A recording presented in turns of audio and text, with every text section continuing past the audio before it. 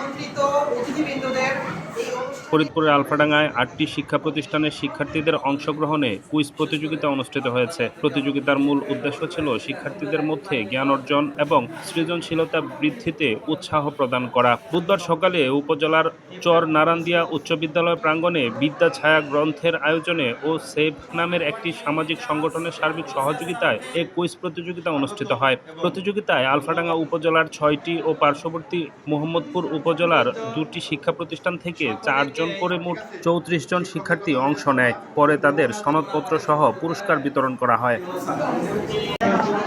অনুষ্ঠানে সেভ সংগঠনের chief team leader Jabbar সর্দারের সভাপতিত্বে চর নারান্দিয়া উচ্চ বিদ্যালয়ের প্রধান শিক্ষক তরিকুল ইসলাম সহ বিভিন্ন বিদ্যালয়ের শিক্ষক, সেভ ও বিদ্যা ছায়া গ্রন্থাগারের পরিচালনা কমিটির সদস্যরা বক্তব্য রাখেন।